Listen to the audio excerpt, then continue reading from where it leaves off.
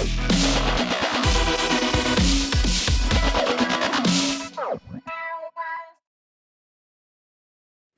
guys, how are you today? Time for a quick review of last night's episode of 90 Day Fiance Happily Ever After. Now listen, I'm gonna do this video as fast as I can because when I'm done with this, I really am checking myself into a psych ward. This show is driving me crazy, people, okay? It's got me all confused. I don't know what's real, what's fake. It is too much. I can't take it no more. They finally won. You win. You have broke me down. I gotta get to some psych ward immediately. So let me get this review out so I can go get some help for my crazy self. It has left me psychically damaged, mentally damaged, okay guys? Okay, so let's start with the craziest of them all. That would be the Elizabeth and Andrei storyline, okay? Now, it's supposed to be a nice traditional Moldovan wedding that both sides of the family can enjoy, that allegedly, you notice I said the word allegedly, that Chuck is supposed to be paying for. But don't pee on my leg and tell me that it's raining. Chuck did not pay for a damn thing, people, okay? TLC paid for that wedding, okay? And they went all out. It was nice, it was lavish, but remember, this is 90 Day Fiance. You can't have too much fun. So then, here comes, in my opinion, the bad acting, okay? They're all at the wedding, having a good time, and then all of a sudden, out of the blue, here comes the brother drunk dancing to himself in the background. Like he needs to be on some street corner, okay, with a bowl in front of him accepting change. It was out of place, and if you ask me, one of the worst acting jobs I've ever seen in the history of 90 Day Fiance, point blank period. Okay, so he starts with the drinking. Elizabeth says, don't drink too much. That's a dead giveaway that this is a staged scene. Okay, so we go through with it. It's time for Chuck to give the speech to the new couple, you know, for a second time, and he tells them how proud they are of them and how much he loves Andrei. Well, right there, that's another stage scene.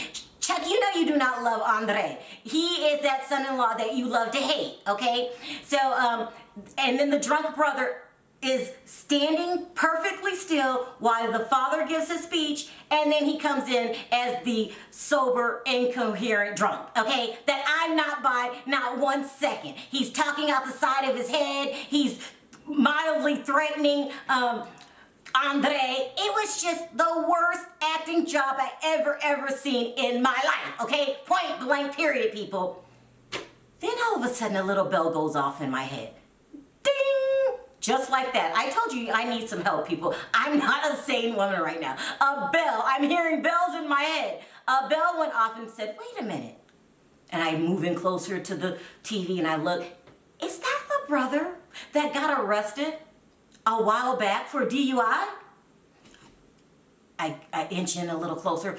This time I looked with my other eye. I'm like, that's him. And not only was he arrested for a DUI, he also had a second arrest for a drug charge. So now I'm thoroughly confused. Is this a stage scene that they made up for the camera? Or is this really some drunken, I don't want to call him names, I mean, jackass. Is this some drunken jackass that is really ruining the ceremony that TLC has paid for and they spend all their money on, and here these guys go again trying to boost up the ratings? I don't know. I'm thoroughly confused. I took a good look at that mugshot. Now, don't forget, the whole family has a mugshot. I took a good look at the mugshot.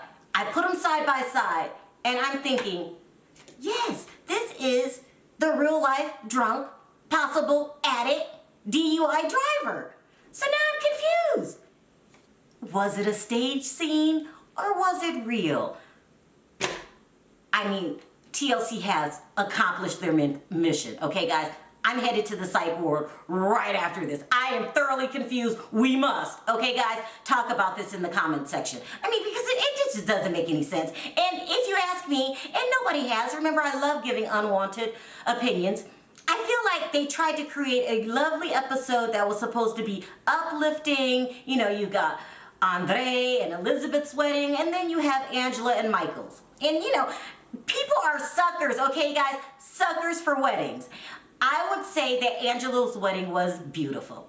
You could tell that she was really happy. She cried. She shed a tear. These two looked really in love. They were the whole episode. But then here comes the downer. And my fave, Angela, hit us with a dose of reality, which is, I'm happily married to a man that will never come to the U.S. It's so sad. I can't be happy for her because you're going to get on a plane in a couple hours and go back over to the U.S. where you have a lot of pressure on your shoulders because you are the head of a household and you're trying to make sure everybody's okay, and then you got your mom to take care of and no Michael to help get you through this. So, I was happy for a split second, congratulations, but my happiness went from here to here because she's still alone at the end of the day, and no matter what she does, it looks like Michael's not getting over here, at least not for a long, long time. The best we can do for Angela is just hope that they become stronger through FaceTime or Skype. But as far as being in each other's lives on a daily basis, it's not going to happen. Not for a long, long time. So, here goes TLC again, bringing me up and pulling me back down. Because I was really happy for Angela's wedding. But, I can't be happy again. See why I need to go to the psych ward, guys? They are playing with my emotions, people. TLC is playing with my emotions. And then we have Asuelu and Kalani. Listen, Asuelu ended up at the end standing up for his family, Kalani and his children, the way that I knew he was. Because remember, guys, he's faking this whole storyline. Remember, he makes good money for his family. He's a good provider and a good father. His sister already outed him. So, it was good to see the inevitable, which is he stood by his wife's side because that's what he does in real life, okay? All of this other bickering they got going back and forth, show people for show. But for some reason, I didn't mind watching this stage scene, because at the end of the day, I'm proud of Asuelu. Keep playing an idiot on television as long as you are a real life good husband and father, which you are. And he does, by the way, I know I said this before, send that money home to his mother and his father, okay? Just for the record. Now let's start with the I don't know what to make of it storyline. That would be Larissa and all the plastic surgery that she's having. Now listen, on last night's episode, it looked like you couldn't pay me to go through the pain that she went through. She was out of it. She was crying, oh, it hurts. Eric tried to console her, don't touch me. I don't know if I could do it. All for possibly a future adult entertainment career, okay? Are these women out of their minds? But she did it, and guess what, guys? She has the look that she wanted. She really does look like an adult entertainer. She really does. And blogs are calling her out that she stole her look from Kylie Jenner. I don't know what to make of it. If you want to go butcher yourself up to be, an adult entertainer or to look like Kylie, by all means, go ahead. What's the worst? What's it going to hurt? Except for the fact that Eric spends lots of money that he'll probably make back, because I have a feeling, now this is just me talking here, that he will be joining Larissa in her OnlyFans page and her future, adult entertainer career. Okay? At least if you ask me. And then there was Cole, who all of a sudden decided after 30-something years of being on this planet that suddenly his mother Deb was too much involved in his personal life. After 30-something years, I guess it's better late than never. And then the last couple, Paul and Karine.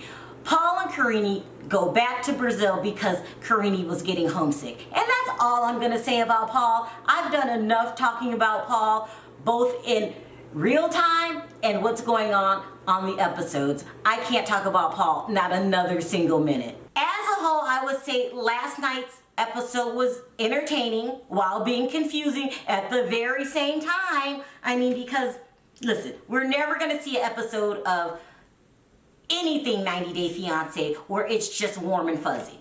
They're going to lie to us to get us all amped up if they have to lie. They're going to expose secrets from the cast if they have to. There is no barrier that the producers of 90 Day Fiance will not cross to bring us a good storyline. If they have to lie, they'll lie. I mean, if they have to take some people out, that's exactly what they're going to do, people. So, you know, I give them kudos for that. You know, thank you for keeping me entertained. It was very entertaining while confusing at the same time. I mean, you guys just wouldn't let me enjoy the moment. You had to come in with a zinger at the end on every single storyline. But as a whole, I enjoyed it. I love the ups and downs, you know, and I'm just gonna go get some help for myself, you know, to kind of calm my nerves back down, because this show's driving me crazy, people. Crazy.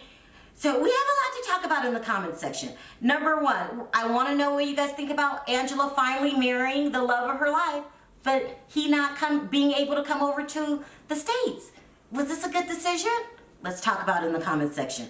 Asuelu, is anybody surprised that he took Kalani's side in the end? Do you guys think that he's faking the storyline like his very own flesh and blood sister said? And then Andrei and Elizabeth. Is this real or fake? I don't know anymore. I need you guys' help. And then Larissa, was the pain worth it? I mean, was the pain worth it? So I'll meet you guys in the comment section. We have a lot to talk about, people. In the meantime, if you like this video, don't forget to click that like button. It does wonders for my video. If you haven't already subscribed and hit the notification bell, don't forget to do that. I'll see you guys in the comment section. We have a lot to talk about. Bye for now.